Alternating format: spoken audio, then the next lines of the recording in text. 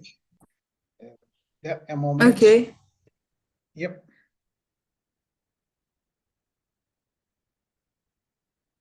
Can we? Okay.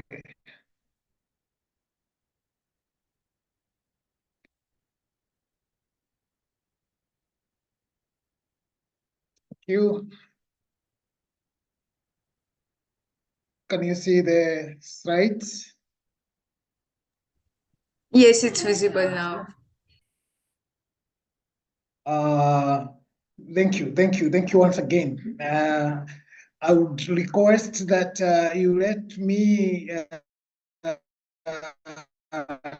stop if I talk too fast. Risk and compliance is my expertise. Zeroing into emerging technology, including AI, is my area of focus for governance. And I would want to make this important debate as shared experience. More importantly, to see how we can orchestrate right governance to exploit the emerging technologies, particularly the AI. I know we may be going further to look at quantum computing in the near future, but now the adoption, which is giving us challenges in our marketplace, is AI adoption.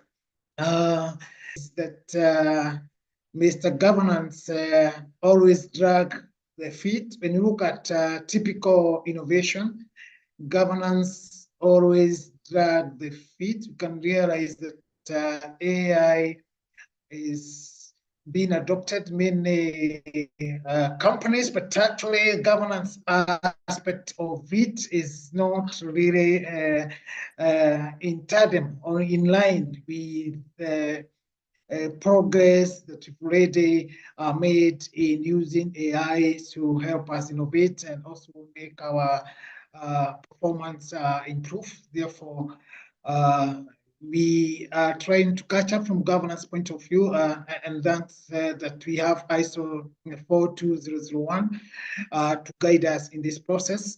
And this has come quite fast because the overall ISO governance standard for a very long time has not been existing until 2021. And therefore, ISO governance standard was pretty early provision for us to use to ensure we responsibly adopt AI to transform our organization to be future centric, and that also implies sustainability. First and foremost, this session would look at beyond the catch-up we have to make. It provides high-level understanding on how technology-driven and this AI-driven adaptation from governance point of view need to be integrated with the existing IT security standard ISO 27000, looking at how we secure our IT environment, our innovation environment, traditionally looking at security allowed IT architecture, IT system that we have, where we plug in AI is one of the innovative aspects, emerging technologies that we use around doing better. Of course, it's important to see that this is technology-driven, IT-driven type of innovation to drive performance. And at the end of this session, we would like to come up with practical roadmap on how we can progress this governance aspect in AI, so that then we are not conflicted, we are not confused, we become responsible implementers of this AI technology. I remember traditionally, if you look at enterprise risk governance, is risk to be governed before we delegate this from implementation at executive level. So we are going to see then how and discuss how then AI governance needs to be driven from top. Of course, we'll go by the vision that ISO has given us, but very important for us to look at practical use cases, probably then we can do well in terms of making the theoretical framing by ISO become practical instrument that we can use to do better. I want to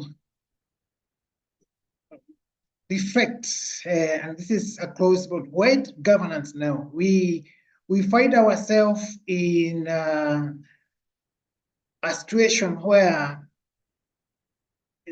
AI evolution is moving fast, and the context is also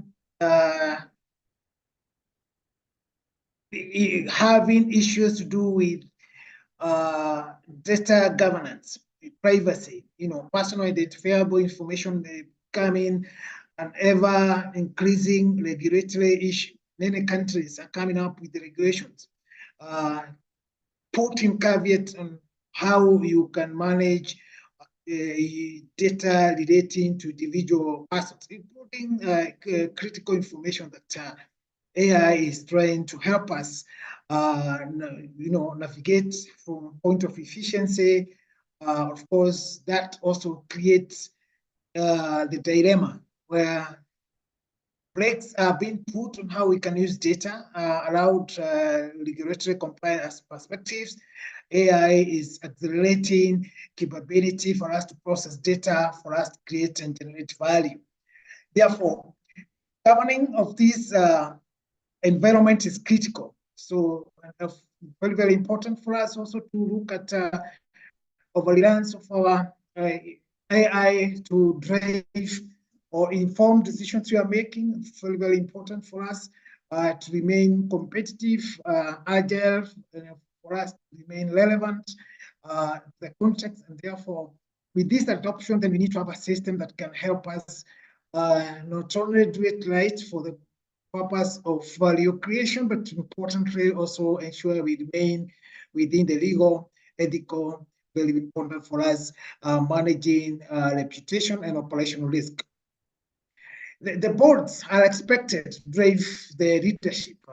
We talk about the board being responsible to make decisions. The decision to adopt AI, deploy AI to create value, to implement strategies that align with the future that technology is going to create in our market. Therefore, very important, then board remain in charge. We see situations where AI, and you can see in many contexts of decision making, and for instance, in Africa, we have a challenge of our leadership at board level being up to speed in terms of knowledge of capabilities that AI can give us, and very importantly also the risk that we expose ourselves by adopting of AI with the situation also creates a problem where the AI has been adopted without a formal policy, and even situation where you find that the management is not aware. Reports are coming out generated by AI, but there's no clear framing of governance criteria, accountability on how you process data through AI, and resonating or coming our reports for, say, financial reporting, investigative reporting, or whatever case it may be, because the board, the top management may be not up to speed to realize and understand that this technology has already been adopted. That's why important for us to, as we recommend, this is an instrument for us to be up to speed in terms of performance. Also, it's important for us to put in place framework that govern how we adopt these important technology. Critical gaps we see is where we find, as I have stated, use of AI outside the governance structures that exist. Very important. Most of the organizations do not have governance structures, including existing IT governance systems and policies may be immature, and therefore that alignment creates a dilemma, because when leadership traditionally has not been able to govern IT right, it becomes even a big challenge for us to govern AI effectively.